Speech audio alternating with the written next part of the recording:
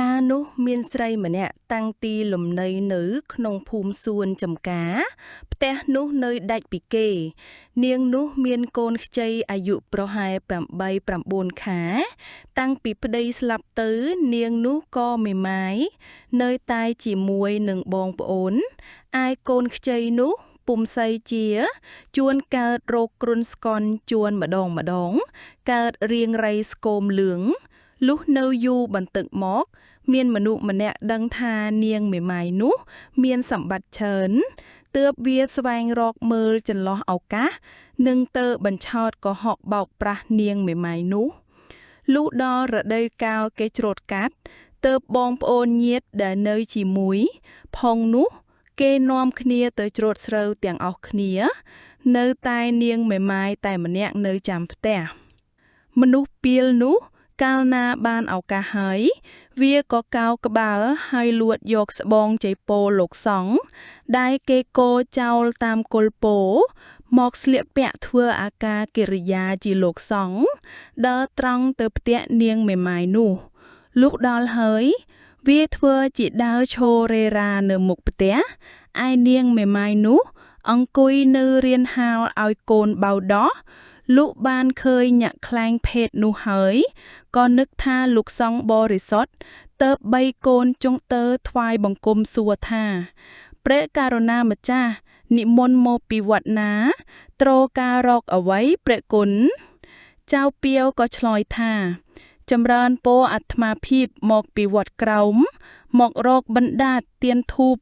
យកទៅរៀនសមណធម៌ញោមអ្នកភូមិនេះគេទៅណាអស់ហើយបានជាស្ងាត់ម្លេះ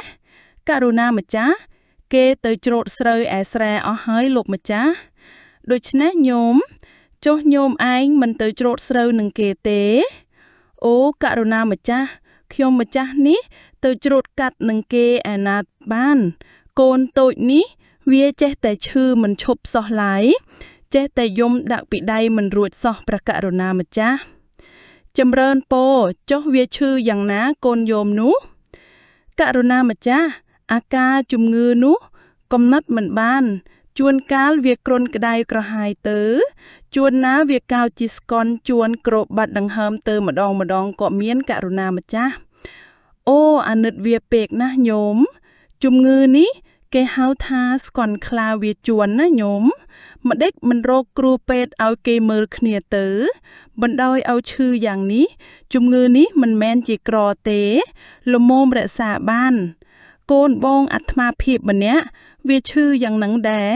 អាត្មាមើលជាទៅឥឡូវធាត់ត្រលុកញោមអូស្ដាយកូនញោមនេះពេកណាស់ប្រុសថងគួរតែខំមើលរក្សាទៅករុណាម្ចាស់គ្រូមើលជំងឺកូនក្មេងនោះគ្រាន់តែស្ដោះភ្លុំតែពីក្រៅធ្វើម្ដេចនឹងជាដាច់រោគស្កន់ខ្លានេះបានតោមើលដោយឧបទេសទើបជាដាច់ញោមអាត្មាចេះខ្លាក់ដែរតែអាត្មាដែលមកនេះដោយមានកិច្ចរោគទៀនធូបបានហើយក៏នឹងអាលទៅរៀនសមណធម៌បើនៅចិត្តវត្តអាត្មានឹងជួយសង្គ្រោះមើលយកបនខ្លះហើយឯនាងមេម៉ាយនោះលុះដាស់ឮចៅពាលពោលពាក្យដូច្នោះហើយក៏សម្គាល់ថាជាលោកអ្នកចេះមើលជំងឺមែនទែនទើបនិយាយអង្វរថាព្រះករុណាម្ចាស់បើលោកម្ចាស់ចេះសូមមេត្តាប្រោសសត្វមើលកូនខ្ញុំករុណាសិនឯត្រង់ទៀនធូបដែលលោកម្ចាស់ត្រូវការនោះមិនជាប៉ុន្មានទេខ្ញុំករុណាថ្វាយខ្លួនជាញោមឧបថាកបវរណាលោកម្ចាស់សូមកុំឲ្យលោកម្ចាស់ព្រួយព្រះហឫទ័យឡើយឯចៅពាលនោះបានឱកាសហើយក៏ឆ្លើយថាចម្រើនពរញោមធ្វើម្ដិតឯងជាសង្ឃកំពង់សัตว์កាលបើឃើញញាតិញោមកើតវិបត្តិតងកាត់ធុរៈខ្លួនសិនចុះថាហើយក៏ឡើងទៅលើផ្ទះឯនាងមេម៉ាយនោះអង្គុយនៅរៀនហាលឲ្យកូនបៅដោះលុះបានឃើញអ្នកខ្លែងភេទនោះហើយ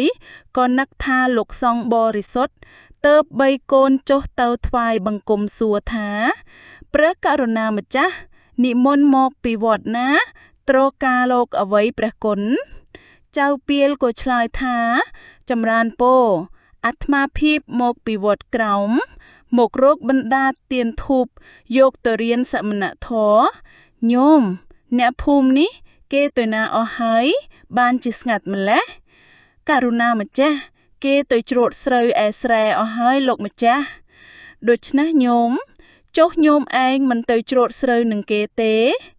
អូករុណាម្ចាស់ខ្ញុំម្ចាស់នេះទៅច្រូតកាត់នឹងគេឯណាបានកូនតូចនេះវាចេះតែឈឺមិនឈប់សោះឡើយចេះតែយំដាក់ពីដៃមិនរួចសោះព្រះករុណាម្ចាស់ចម្រើនពរចុះវាឈឺយ៉ាងណាកូនញោមនោះករុណាម្ចាស់អាការជំងឺនោះ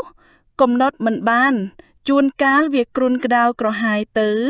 ជួនណាវាកើតជាស្កន់ជួនគ្របបាត់ដង្ហើមទៅម្ដងក៏មានករុណាម្ចាស់អូអាណិតវាពេកណាស់ញោមជំងឺនេះគេហៅថាស្កន់ខ្លាវាជួនណាញោមម្ដេចមិនរកគ្រូពេទ្យឲ្យគេមើលគ្នាទៅបណ្ដោយឲ្យឈឺយ៉ាងនេះជំងឺនេះមិនមែនជាក្រទេល្មមរក្សាបានកូនបងអាត្មាភាពម្នាក់វាឈឺយ៉ាងនឹងដែរអាត្មាមើលជាទៅឥឡូវធាត់ត្រលុកញោមអូស្ដាយកូនញោមនេះពេកណាស់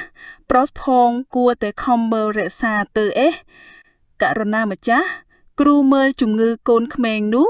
គ្រាន់តែស្ដោះភ្លុំតែពីក្រៃ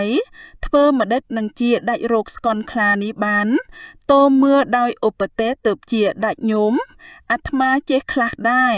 តាអាត្មាដែលមកនេះដោយមានកិច្ចរកទៀនធូបបានហើយក៏នឹងអោលទៅរៀនសមណធម៌បើនៅជិតវត្តអាត្មានឹងជួយសង្គ្រោះមើលយកបុណ្យខ្លះហើយឯនាងមីម៉ែនោះលុដាស់ឮចៅពៀលពោលពាក្យដូច្នោះហើយក៏សម្គាល់ថាជាលោកអ្នកចេះមើលជំងឺមែនទែនទើបនិយាយអង្វរថាព្រះករុណាម្ចាស់បើលោកម្ចាស់ចេះសូមមេត្តាប្រោស័តមើលកូនខ្ញុំករុណាសិនឯត្រង់ទៀនធូបឯលោកម្ចាស់ត្រូវការនោះមិនជាប៉ុន្មានទេខ្ញុំករុណាថ្វាយខ្លួនជាញោមឧបថាកបវរណាលោកម្ចាស់សូមកុំឲ្យលោកម្ចាស់ព្រួយព្រះហឫទ័យឡើយឯចៅពៀលនោះបានឱកាសហើយក៏ឆ្លើយថាចម្រើនពរញោមធ្វើម្ដេចឯងជាសង្ឃកំពង់សัตว์កាលបើឃើញញាតិញោមកើតវិបត្តិតងកាត់ធុរៈខ្លួនសិនចុះថាហើយក៏ឡើងទៅលើផ្ទះឯនាងមេម៉ាយនោះអង្គុយនៅរៀនហាលធ្វើទីអាសនៈដ៏សមគួរឲ្យចៅពៀលអង្គុយហើយក៏បៀកស្លាមួលបារីដាក់ពៀនប្រគេនចៅពៀលក៏បង្កាប់ឲ្យនាងមេម៉ាយរៀបទៀន5ធូប5ឆ្នាំងថ្មីមួយនិងសម្ពុតសមួយចំអាមទៀងយន្តបិទមាត់ឆ្នាំងហើយចៅពៀលថាញោមទីភូមិនេះមានត្បាល់ក្តឿងដែរឬទេករុណាម្ចាស់ត្បាល់ក្តឿងខ្ញុំករុណាមាននៅខាងកន្សែងផ្ទះឯណោះញោមបើដូច្នេះញោមយកកូននិងគ្រឿងទៀនធូបអស់នេះទៅឯរោងក្តឿងអាត្មានឹងរៀបពិធីក្តឿងនាងមេម៉ាយក៏បីកូនកាន់យកទៀនធូបអស់នេះទៅឯរោងក្តឿងហើយចៅពៀលយកទៀនធូបអ៊ុចតាំងពិធីនៅមាត់ត្បាល់ហើយវាបោទីនោះស្អាតល្អពុំឲ្យមានឈើព្រៃនៅខាងត្បាល់ទើបវាហៅយកកូននោះមកតាំងខាងនីពិធីហើយវាថាញោមឯងទៅជួនក្តឿងឲ្យវាឡើងចនបាន3ដងជាឧបកិតិអាត្មានឹងសែកប្រគាថាស្រូបយកប្រលឹងខ្លាចេញពីរូបកូនបញ្ជូនដាក់ក្នុងឆ្នាំងយន្តហើយយកទៅបណ្ដែតទឹកចោលដើម្បីកុំឲ្យប្រលឹងខ្លាវាមកបៀតបៀនបានទៀតឯនាងមេម៉ាយក៏ជឿតាមទៅជន់ចុងក្តឿងឡើងឯចៅពៀលវាយកកូននោះដាក់ទៅក្នុងត្បាល់ហើយវាដកឈើត្រណុលដែលទល់ក្តឿងនោះបោះក្រវែងចោលទៅឆ្ងាយអំពីត្បាល់ហើយវាចេញពីទីពិធីនោះប្រាប់ថាញោមប្រុងជន់ឲ្យជាប់កុំឲ្យប្រហែសក្រែងរបួតជើងធ្លាក់ទៅត្រូវកូនចាំអាត្មាទៅយកធុងយាមឆាន់ស្លាមួយរំពេកសូមមកទល់ឲ្យវិញថាហើយចៅពៀលក៏ឡើងទៅលើផ្ទះតាំងរើរោគរបស់ទ្រព្យសម្បត្តិមាសប្រាក់កែវកងសម្ពុតអាវស្បៃហើយវាវិតជាសំពេធំតាំងស្ពាយពីលើផ្ទះរត់ទៅកាន់លំនៅវាហោង ឯនាងមេម៉ាយនោះឃើញចៅពាលជញ្ជូនយកទ្រព្យសម្បត្តិខ្លួនដូច្នោះហើយក៏ហៅឲ្យគេជួយក៏ពុំមានអ្នកណាមួយឮឡើយព្រោះផ្ទះនោះនៅដាច់ពីគេម្ល៉េះហើយនាងមេម៉ាយក៏អន្ទះអន្តែងនៅចុងក្តឿងនោះឯងបើនឹងលែងក្តឿងវិញទៅខ្លាចធ្លាក់ទៅត្រូវកូនដោយចិត្តមាតាតែងទុនដចុះទៅកាន់កូនអាត្មាជាធម្មតាការដែលសោកស្ដាយទ្រព្យសម្បត្តិក្រៅគឺជាមធ្យមឯសេចក្តីដែលលោកអាណិតកូននោះលើកលែងសម្បត្តិខាងក្រៅនាងមេម៉ាយក៏នៅច្រងាងដោយបុគ្គលគេចងភ្ជាប់រេតែតួក៏ពុំរួចលុះដល់ល្ងាចទើបមានគេដើរមកទើបឲ្យគេទល់ចន្ទុលក្តឿងយកកូនបានអាសូរនាងមេម៉ាយកាយជាប់ក្តឿងព្រោះអាចៅសម្ពុតលឿងវា